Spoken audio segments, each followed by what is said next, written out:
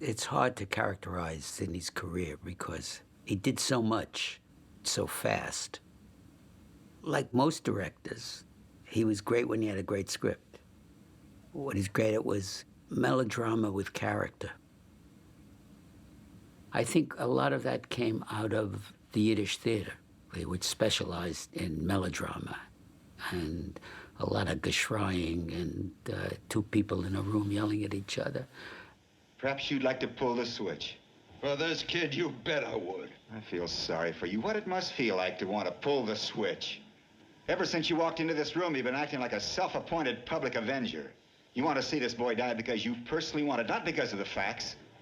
You're a sadist. Kill him out!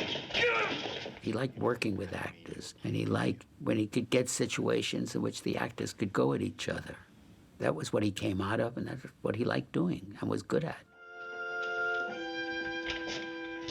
12 Angry Men was a very good first movie for him to do because all those years of television of working in a small space, worked for him.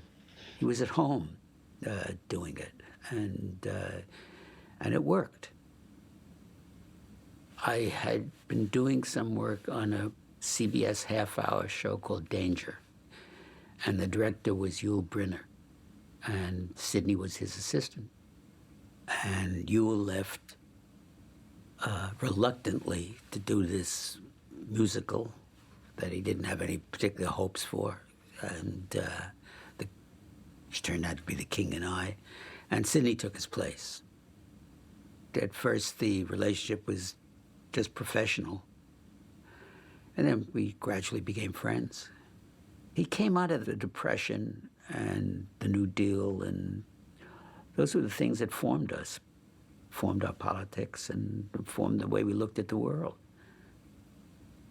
I was blacklisted. I wasn't blacklisted by accident. It wasn't a mistake that was made. I was blacklisted for very specific political beliefs and actions. At the beginning, it was tough. It really wasn't until I met Sidney and Charlie Russell. They knew I was blacklisted. At first, I used a pseudonym on Danger, and then the executives, figured the writers were a sneaky bunch and probably using pseudonyms, and they demanded a real person that they could see and have meetings with. So then it became a process of finding fronts who could do that, whom you could trust to go into a meeting and make some sense. And one of them, I know, a very nice man, but not a writer, and not. I remember writing notes on his sleeve for him to consult when he went into an executive meeting. But it was due to Sidney, really, that I worked in that time. Did I feel the need to write political content? Social content, not necessarily overtly political. Yes, that was kind of, the side of the street I worked. That's what interested me, really. I felt people are formed by politics, and they get into trouble because of politics. And it was worth writing about. We weren't just working, we were doing our job. I think we never felt that. Sidney and I both always wanted, at least in the larger works, to do things that had some meaning. Because of the lack of technology on our part, there was very little you could do. We didn't have the resources that they had now. And so in a sense, we were forced back on character. We had to write things about character. And as a result, there were a lot of very, very good things done. You Are There was a very happy circumstance for us. And it was written, almost all of it, by 3 blacklisted writers of a particular political bent. Myself, Abraham Polanski, and Arnold Manoff. And we wrote them under different names, which you had to have. And it really wasn't that we went looking for liberal themes or radical themes. What we were able to do was to find an historical situation that had a conflict in it, basically, that made the drama. Charlie Russell, the producer, would kind of vet these scripts with history professors at Columbia or NYU. We were very careful not to have the show seem slanted in that sense, except in the sense that we looked at history being slanted in our direction sometimes, not always. If we did the Salem witch trials at the same time as the McCarthy period, it wasn't unconscious. It was very courageous what both Sidney and Charlie did.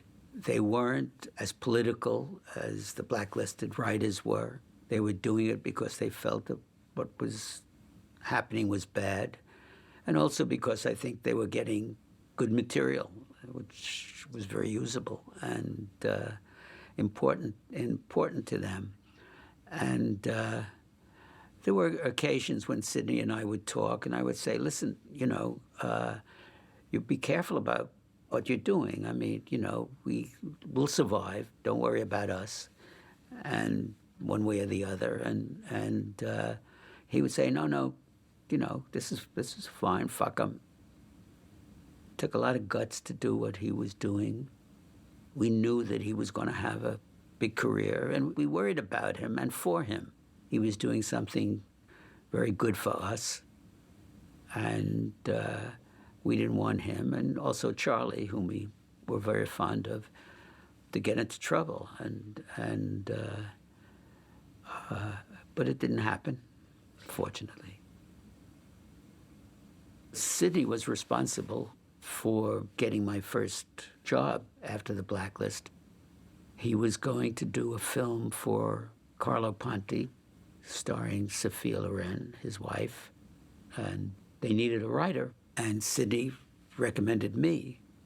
And in the middle of writing the script, the House Committee on Un-American Activities held a session in New York. And the agent called and said, Paramount called and they're not doing the deal. There's a subpoena out for you. And I said, oh, thank you very much. And I packed my bag and went on the lam. We had a meeting with Ponti and an interpreter. He didn't speak English very well then. And I brought my lawyer. And my lawyer explained my position, which was that I was not going to go testify and give names. And Ponti listened, and then he rattled off a long stream of Italian. And the interpreter turned to us and said, Mr. Ponti would like to know who has to be fixed and for how much. It ended okay for me, and I continued to work for Ponti. Sidney he had made it possible. In the movie business, what the people in power are saying to the talent is, how far can we push you? What's your bottom line? And I think Sidney had that. I know that he had offers of big jobs that he wouldn't take because they violated something in him that he felt he couldn't do. He had a bottom line. I mean, he stood for something. Even though he and I might argue politically about certain issues or something like that, I knew that he was coming from some place that was important to him, that meant something, and that he wouldn't see violated.